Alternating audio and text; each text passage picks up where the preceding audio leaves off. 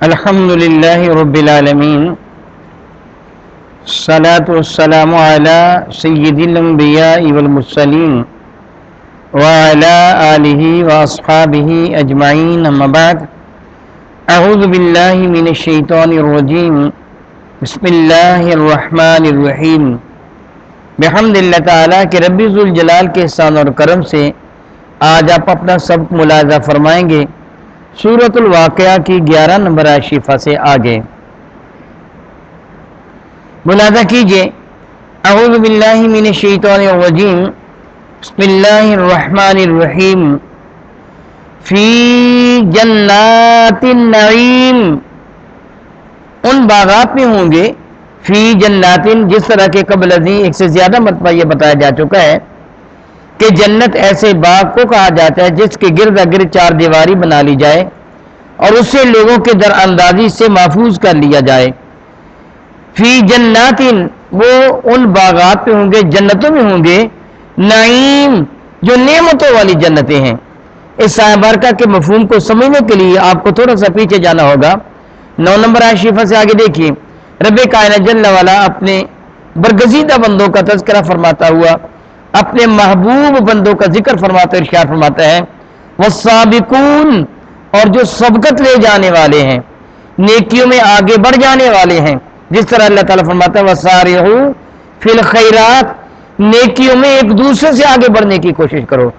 میرے اور آپ کے کریم آقا تاجر البرجم شفیع معظم رحمت عالم صلی اللہ علیہ وسلم کا ایک ارشاد گرامی قدر ہے کہ جب تم نیکیوں میں دیکھو تو اپنے سے بڑے کو دیکھو، مال و دولت میں دیکھو تو اپنے سے چھوٹے کو دیکھو، اپنے سے چھوٹے کو دیکھو کہ وہ بھی تو زندگی بسر کر رہا ہے نا، تم اس سے اعلیٰ زندگی بسر کر رہے ہو۔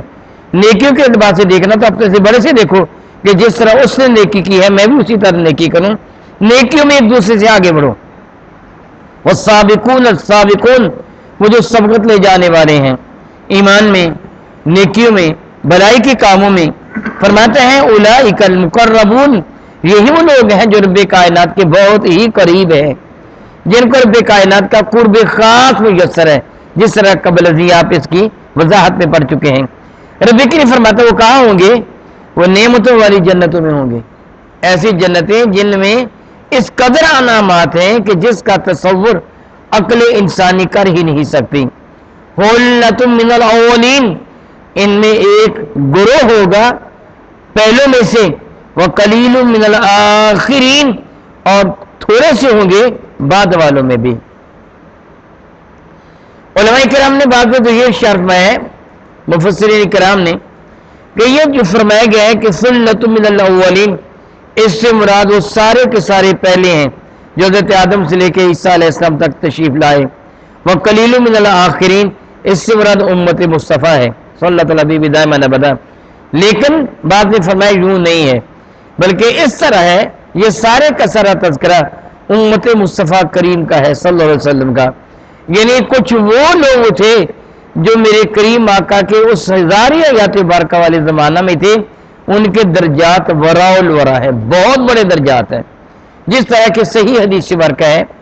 میرے اور آپ کے کریم آقا تاجر البرجم شفیع معظم رحمت عالم صلی اللہ علیہ وسلم نے اشار گرامی قدر فرمایا خبردار خبردار، میرے صحابہ کی شان میں نازیبہ کلمات نہ کہنا، تم میں سے احد پہاڑ کے برابر کو شخص سونا خرچ کرے، میرا صحابی 1 مد یا آدھا مد، سا اور مد دونوں میں فرق کیا ہوتا ہے؟ سا تقریباً 4.25 کلو کے قریب، 4 کلو 400 گرام، 4 کلو اور 200 گرام کے قریب وزن ہوتا ہے ایک سا کا، اور یہ مد سا کا چوتھائی حصہ ہوتا ہے، یوں سمجھے تقریباً 1 کلو کے قریب، اور آدھا سا آدھا مد بن گیا۔ میرے کریم آقا صلی اللہ علیہ وسلم نے فرمایا تم میں سے، یعنی جو غیر صحابی ہے، احد پہاڑ کے برابر جو تقریباً 7.5 کلومیٹر لمبا، چوڑا، اونچا، گہرا ہے، اس کے برابر کو سونا خرچ کریں، میرے نبی کا صحابی 1 مد یا آدھا مد جو صدقہ کرے، دونوں برابر نہیں ہو سکے، صحابی کا درجہ زیادہ ہے، اس کا درجہ بلند سے بلند تر ہے۔ اس لیے یہاں جو فرمایا گیا کہ وہ پہلوں میں زیادہ درجے والے، ان سے مراد صحابہ اکرام ہیں، تابعین ہے اور تبع تابعین۔ اس کی مزید دلیل وہ حدیث سے برکہ ہے کہ جو میرے اور آپ کے کریم آقا ربی ذوالجلال جل مجد الکریم کے محبوب مکرم حضور نبی مرشد رحمت عالم صلی اللہ علیہ وسلم نے یوں ارشاد فرمایا کہ خیر القرون قرنی ثم یلونہم ثم یلونہم، زمانوں میں بہترین زمانہ مجھ مصطفیٰ کا زمانہ ہے۔ سبحان اللہ وبحمدہ، بات بھی سمجھ میں آتی ہے۔ پوری کائنات میں اللہ تعالیٰ جل وعلا کی ساری مخلوق میں سب سے زیادہ افضل ہستی کون سی ہے؟ میرے نبی کی۔ پوری مخلوقات میں سب سے زیادہ افضل ہستی میرے نبی کی، تو میرے نبی کی اہل بیت سارے انبیاء کے اہل بیت سے اعلیٰ، میرے نبی کے صحابہ سارے انبیاء کے صحابہ سے اعلیٰ، میرے نبی پر نازل ہونے والی کتاب سارے نبیوں کی کتابوں سے اعلیٰ، میرے نبی کا شہر سارے انبیاء کے شہروں سے اعلیٰ، میرے نبی صلی اللہ علیہ وسلم کا زمانہ کائنات کے سارے زمانوں میں سب سے زیادہ اعلیٰ۔ اس اعتبار سے میرے نبی کا یہ ارشاد کہ بہترین زمانوں میں زمانہ مجھ مصطفیٰ کا زمانہ ہے۔ ثم یلونہم، پھر بعد والا یعنی صحابہ کا زمانہ، ثم یلونہم، پھر بعد والوں کا یعنی تابعین کا زمانہ علی حاضر قیاس۔ اس اعتبار سے میرے نبی کا زمانہ بہترین زمانہ۔ مزید تائید یوں ہوتی ہے، میرے اور آپ کیا کہتا ہے جرے بجم شفیع مظلم رحمت عالم صلی اللہ علیہ وسلم نے ارشاد فرمایا، قیامت کے دن وہ لوگ جن کو جنت میں جانا ہے ان کی 120 صفیں ہوں گی، یعنی اللہ رب العزت جل وعلا اہل جنت کو میدان محشر میں صفوں کے اندر ترتیب دے دے گا۔ 120 صفیں ہوں گی۔ میرے کریم آقا صلی اللہ علیہ وسلم نے فرمایا کہ ان میں 120 صفوں میں 80 صفیں تنہا مجھ مصطفیٰ کی امت کی ہوں گی، یعنی حضرت آدم علیہ السلام سے لے کر حضرت عیسیٰ علیہ السلام تک تشریف لانے والے سارے کے سارے انبیاء کے ان امتیوں کو جمع کیا جائے کہ جن کو جنت میں جانا ہے تو ان کی صفیں ہوں گی 40، تنہا میرے کریم آقا رسول عربی کے امت کی صفیں ہوں گی 80، دونوں مل کر 120 صفیں بنے گی۔ اس اعتبار سے امت مصطفیٰ کثرت کے ساتھ ہے، بہت زیادہ تعداد میں ہے۔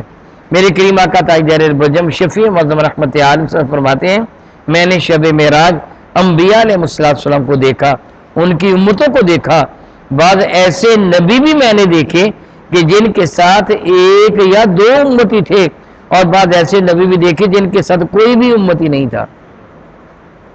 البتہ موسیٰ کلیم اللہ کی امت کو میں نے بہت تعداد میں دیکھا، اور پھر میرے نبی کی امت کا تو کوئی دنیا میں اندازہ نہیں کر سکتا۔ میرے کریم فرماتے میں نے حد نگاہ تک اپنی امت کو دیکھا ہے، بہت زیادہ تعداد میں اپنی امت کو دیکھا ہے۔ اس اعتبار سے میرے نبی کی امت ساری امتوں سے زیادہ ہے۔ تو پھر یوں ترجمہ کیا جائے گا ثلۃ من الاولین، کہ ایک گروہ صحابہ کرام رضوان اللہ اجمعین جو اولین ہے، سابقون ہے، ان میں سے وقلیل من الآخرین، اور ایک چھوٹا گروہ یعنی تعداد میں تو بڑے ہوں گے لیکن ان صحابہ کے مرتبہ مقام کو پہنچنے والا ایک چھوٹا گروہ بعد والوں میں بھی، ان سب کو کیا کچھ ملے گا؟ اعلی سرور موضونہ، سرور سریر چارپائی کو کہتے ہیں۔ رب کائنات جل وعلا کی حضور میں دعا کرتا ہوں کہ اللہ کے کائنات جل وعلا آپ سب کو ہر میشی فین کی زیارت کا شرف عطا فرمائے، آپ ریاض الجنہ میں حاضری دیں۔ میرے کریم آقا علیہ السلام کے روضہ انور کی جانب اپنا رخ کر کے دیکھیں گے تو پہلا ستون جو آدھا جالی شریف کے روضہ انور کے اندر ہے، آدھا باہر ہے، وہاں لکھا اسطوانۃ السریر، یعنی وہ ستون جس کے قریب میرے نبی کی چارپائی ہوا کرتی تھی، یعنی سریر چارپائی کو کہتے ہیں۔ فرماتا اعلی سرور، معنی کیا جائے گا پلنگ، تخت۔ فرماتا موضونۃ، موضونہ علماء کرام ارشاد فرماتے ہیں وضن، کہتے ہیں سونے کی تاروں سے بنی ہوئی شے کو، یعنی وہ تخت جو ہوں گے وہ سونے کے بنے ہوئے ہوں گے، ان پر وہ کیا ہوں گے؟ متقین علیہا متقابلین، ان تختوں پر متقین تکیہ لگائے بیٹھے ہوں گے، علیہا ان تختوں پر، متقابلین مقابل ایک دوسرے کے آمنے سامنے، یعنی وہ ایک دوسرے کے آمنے سامنے۔ یہ جنت میں مختلف مقامات ہیں، کبھی تو یہ ہے کہ جنتی کا محل ہے، جنتی کا اپنا باغ ہے، جنتی کی اپنی جائیداد ایک اعتبار سے ہے، یوں کہیے اس کی اپنی جاگیر ہے، یہاں وہ سردار ہے، اس کی بیوی ملکہ ہے، حور و غلمان ان کے نوکر چاکر ہیں جن کی تعداد ہزاروں میں ہے۔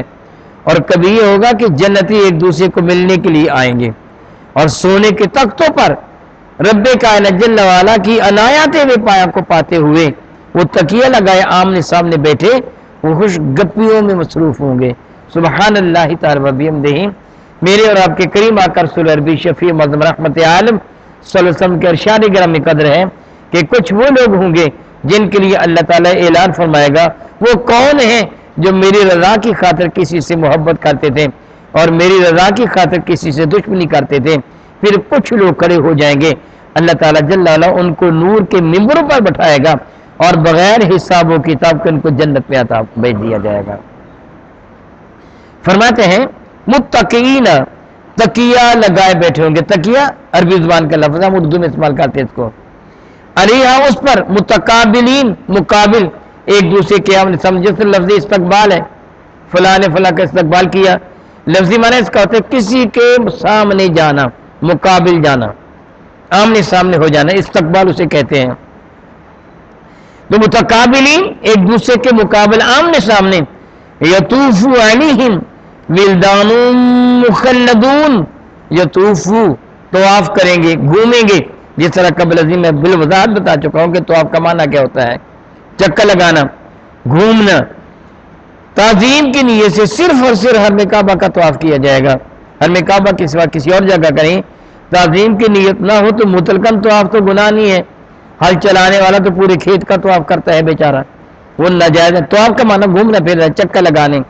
یطوف علیہم ان کے گرد گرد گھومیں گے خدمت کے لیے، نوکری کرتے ہوئے، ولدان مخلدون، ولدان ولد کی جمع، ولد کہتے بیٹے کو، بچے کو، ولدان مخلدون جو ہمیشہ بچے ہی رہیں گے۔ بعض نے مخلد کا معنی کیا ہے، مخلد جاریۃ مخلدہ، ایسی لڑکی جس سے زیورات پہن رکھے ہوں، کانوں میں بالیاں وغیرہ پہ رکھی ہوں، تو مخلدون کا معنی پھر بنے گا ایسے غلام، ایسے لڑکے جنہوں نے حسن و زیبائی کے اعتبار سے زیورات پہنے ہوئے ہیں، یعنی بہت خوبصورت اور حسین وہ لڑکے جو ہمیشہ لڑکے ہی رہیں گے۔ یہ کون ہیں؟ علماء کرام نے یہاں کافی گفتگو فرمائی ہے۔ بعض نے فرمایا مسلمانوں کی وہ نابالغ اولاد، وہ لڑکے جو بچپنے میں فوت ہو گئے کہ انہوں نے نہ نیکی کی ہے نہ بدی کی ہے، ابھی تو ان کا بچپنا تھا، رب کائنات جل وعلا ان کو ایمان والوں کا خادم بنا دے گا، وہ جنت میں رہیں گے، یعنی وہ جنت میں رہیں گے۔ میرے اور آپ کے کریمہ کا تاجر البجم شفیع معظم رحمت عالم صلی اللہ تعالی علیہ وآلہ وسلم کا ایک ارشاد گرامی قدر ہے کہ شب معراج میں نے ساتویں آسمان پر بیت المعمور کو دیکھا، اور بیت المعمور آسمان والوں کا قبلہ ہے، اور یہ آسمان والوں کا قبلہ اس قبلہ کی عین سیدھ میں ہے۔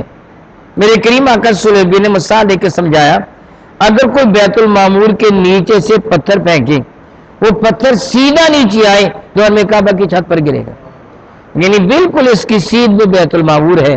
پھر میرے کریم آقا صلی اللہ علیہ وسلم میں وہاں میں نے ایک عظیم نورانی شخصیت کو دیکھا جن کا چہرہ نور سے روشن و تابہ تھا، ریش منور سفید تھی، سفید لباس زیب تن فرما کر بیت المعمور کی دیوار کے قریب وہ تشریف فرماتے، چھوٹے چھوٹے بچے ان کے گرد گرد بڑی تعداد میں کھیل رہے تھے اور یہ ان سے پیار فرما رہے تھے، کوئی ان کے کندھوں پہ، کوئی گود میں، کوئی گردن پہ سوار تھا، پیار کر رہے تھے، وہ ان کے ساتھ پیار کر رہے تھے۔ میرے قریب فرماتے ہیں صلی اللہ علیہ وسلم، میں نے جبریل سے پوچھا، جبریل یہ بزرگ کون ہیں، یہ بچے کون ہیں؟ تو جبریل نے کہا یا رسول اللہ یہ آپ کے جد امجد حضرت ابراہیم علیہ السلام ہے، یہ بچے مسلمانوں کے وہ بچے ہیں جو بچپنے میں فوت ہو گئے تھے، وہ ان کی خدمت میں لائے جاتے ہیں۔ ایک اور حدیث مبارکہ ہے، میرے اور آپ کے کریم آقا رسول عربی شفیع معظم رحمت عالم صلی اللہ علیہ وسلم کا ارشاد گرامی قدر ہے، وہ بچہ مسلمانوں کا جو بچپنے میں فوت ہو گیا، قیامت کے دن بارگاہ رب العزت میں حاضر ہوگا، رب ذوالجلال اسے جنت میں جانے کو حکم دے گا تو انکار کر دے گا، میں جنت میں نہیں جاؤں گا۔ رب کائنات جل وعلا ارشاد فرمائے گا، جا تیرے لیے جنت کا دروازہ کھلا، جنت میں چلا جا۔ بچہ کہے گا میں نہیں جنت میں جاؤں گا۔ میرے کریم آقا نے مثال دے کے سمجھایا، ایک تمہارا قرض خواہ جس طرح مکروہ سے جھگڑا کرتا ہے، حضور نے مثال دے کے سمجھایا قرض خواہ کسے بھلا کہتے ہیں؟ جس سے قرضہ واپس لینا ہے۔ مکروہ کون ہوتا ہے؟ جس کے ذمہ قرضہ ادا کرنا ہے۔ اب وہ قرض خواہ مکروہ سے کے ساتھ جا کے جھگڑا کرتا ہے، میں لے کے جاؤں گا آج پیسے، میں آج نہیں جاؤں گا۔ ایسے ہوتا ہے نا بعض اوقات کہ قرض خواہ مکروہ سے جھگڑا کرتا ہے۔ میرے نبی فرماتے وہ بچے اپنے رب سے یوں جھگڑا کریں گے جس طرح قرض خواہ مکروہ سے جھگڑا کرتا ہے کہ ہم تو اپنے ماں باپ کو جنت میں لے کے ہی جائیں گے، ضد کریں گے۔ میرے نبی فرماتے رب کائنات جل وعلا فرشتوں کو حکم دے گا ان کے ماں باپ کی شکل بن کر ان کے سامنے آؤ۔ وہ بچوں کے سامنے آئیں گے، وہ بچہ کہ جس نے آنکھیں بھی نہیں کھولی تھی، دنیا میں زندہ پیدا ہوا، ایک رہتے وہ بچہ جو کچا دایا ہوگا، وہ بھی جو بچہ دنیا میں پیدا ہوا آنکھیں بھی نہیں کھولی اس نے، نہ ماں کو دیکھا نہ ابا کو دیکھا، فرشتوں کو دیکھ کر عرض کرے گا مولا یہ میرے ماں باپ نہیں ہیں، میرے ماں باپ لاؤ، حتیٰ کہ اپنے ماں باپ کو اپنے ساتھ لے کے جنت میں جائے گا۔ باقی شیب امام باقی نے بہت ساری روایتیں نقل کی اور بہت سارے بزرگوں کا یہ خیال اور یہ تمنا بھی نقل کی کہ ان کی تمنا تھی ہے کاش ہم بچپنے میں فوت ہو جاتے یا ہمارا کوئی بچہ بچپنے میں فوت ہو جاتا تاکہ قیامت کے نہ ہمارا شفیع تو بنتا۔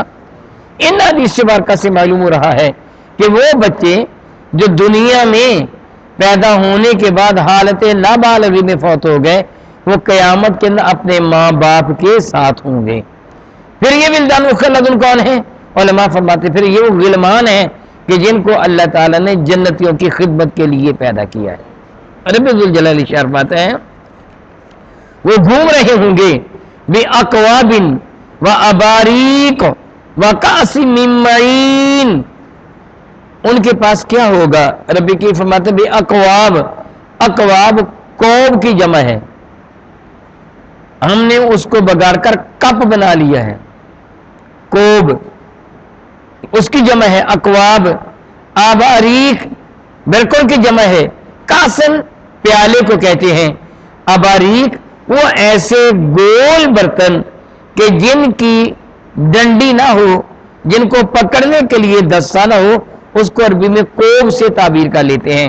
آباریک جس کو پکڑنے کے لیے دستی لگی ہوئی ہو، جس طرح جگ کو ہے یا کپ کو ہے۔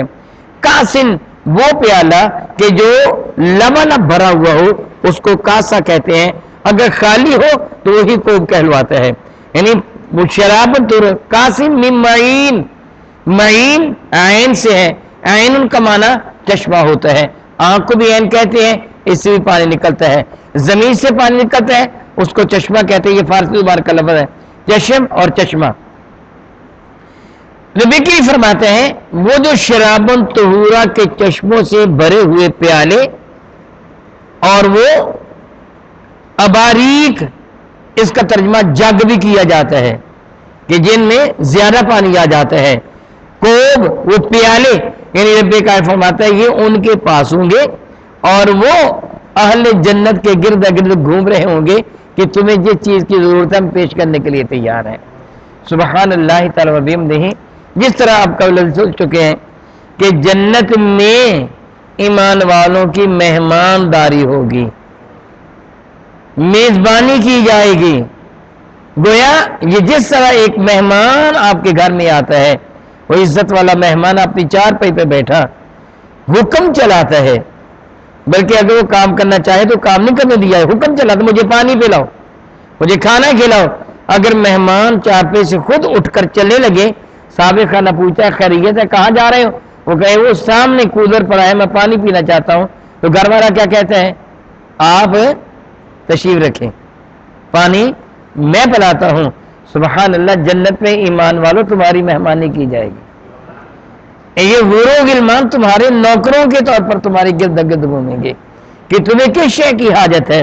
اللہ تعالیٰ فرماتے ہیں وہ کاسے جو بھرے ہوئے ہوں گے شرابن طہورا سے، کہیں تم دنیا کی شراب نہ سمجھ بیٹھنا۔ شراب کا لفظ معنی کیا ہوتا ہے میں قبل ہی بتا چکا ہوں، پینے کی شے، شربت، شراب کا لفظی معنی پینے کی شے، اور وہ جو پینے کی شے ہے اسے یہ نہ سمجھ لینا وہ دنیا والی شراب تم سمجھ بیٹھو. لا یصدعون عنہا، ان سے کچھ چکر نہیں آئے گے. صدا سردرد کو کہتے ہیں. ان سے چکر نہیں آئیں گے. ولا ينزفون، اور نہ ہی ہوش میں کوئی نقص آئے گا، نہ بے ہوشی طاری ہوگی، نہ سر درد ہوگا، نہ کوئی چکر ہوگا. وفاکہۃ، وفاکہۃ اس کے سوا کیا ہوگا؟ فاکہہ، پھل، جس طرح آپ قبل سورۃ الرحمن میں تفصیل پڑھ چکے ہیں. فاکہۃ، اور طرح طرح کے پھل ہوں گے. مما یتخیرون، من ما تھا اصل میں، جو مما بن گیا من سے ما، جو مما یتخیرون، ان پھلوں میں سے جو بھی جنتی چنے گا رب اس کو عطا فرما دے گا.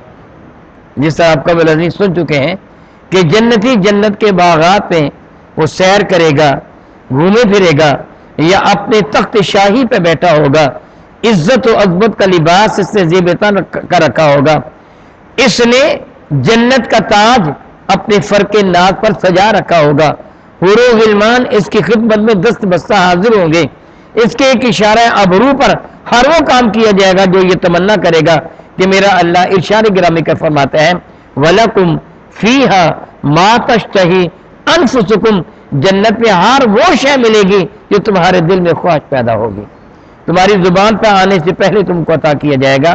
وہ جنتی دیکھے گا پھلوں کو، جی میں خواہش پیدا ہوگی وہ پھل مجھے ملے. تو اللہ فرماتا فاکہۃ، پھل ملے گا، مما، ان میں سے جو یتخیرون، وہ اختیار کریں گے، چنیں گے، چوز کریں گے، چاہیں گے وہ پھل مجھے ملے. وہ پھل فوراً وہاں سے چل کر اس جنتی کے پاس آ جائے گا، اسی جگہ نیا پھل لگ جائے گا. رب کریم فرماتے ہیں وَلَحْمِ طَيْرٍ، پرندوں کا گوشت بھی ہوگا. لحمی گوشت ہوگا، طیرن پرندوں کا، مما یشتہون، ہر وہ جو وہ چاہیں گے. سبحان اللہ تعالی و بحمدہ. گویا رب کائنات یہاں کچھ کھانے پینے کی چیزوں کا تذکرہ فرمایا. یہ انسان کی کمزوری ہے نا، وہ چاہتا ہے مجھے اچھی اچھی چیزیں کھانے کو ملیں، پینے کو ملیں، رہنے کے لیے اعلیٰ مکان ہو، میری بیوی خوش گفتار ہو، خوش اخلاق ہو، میرے ساتھ محبت کرنے والی ہو، میرے ساتھ پیار کرنے والی ہو. رب کائنات نے ساری چیزوں کا تذکرہ فرما دیا کہ ایسا جو تیری کمزوریاں ہیں نا، تو چاہتا ہے یہ بھی مجھے مل جائے، یہ بھی مجھے مل جائے، یہ بھی مجھے مل جائے. سبحان اللہ تعالی و بحمدہ.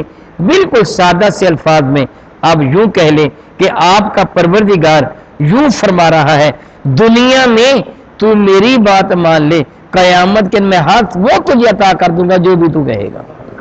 دنیا میں تو میری بات مان لے، یہاں میرے حکم کی فرما برداری کر لے، اور جنت میں تجھے ہر کچھ وہ عطا کر دوں گا جو بھی تو تمنا کرے گا. دیکھ یہ ساری کی ساری نعمتیں میں نے کس لیے بنائی ہیں. اللہ تعالیٰ تو بے نیاز، اس کی جانب ایسی چیزوں کی نسبت کرنا کفر ہوگا. فرشتے بھی یہ چیزیں استعمال نہیں کرتے ہیں. اللہ تعالیٰ جانوروں کو بھی جنت میں نہیں بھیجے گا، پھر جنت کس کے لیے بنائی ہے؟ ایمان والو یہ تمہارے لیے ہی بنائی ہے. وہ اس جنت کے حصول کے لیے توبہ دعا کرو، اللہ کو راضی کرو. رب کائنات نے یہ جنت تمہارے لیے بنائی ہے. او کما قال اللہ تبارک و تعالی واللہ تعالی اعلم باسرار کتابی.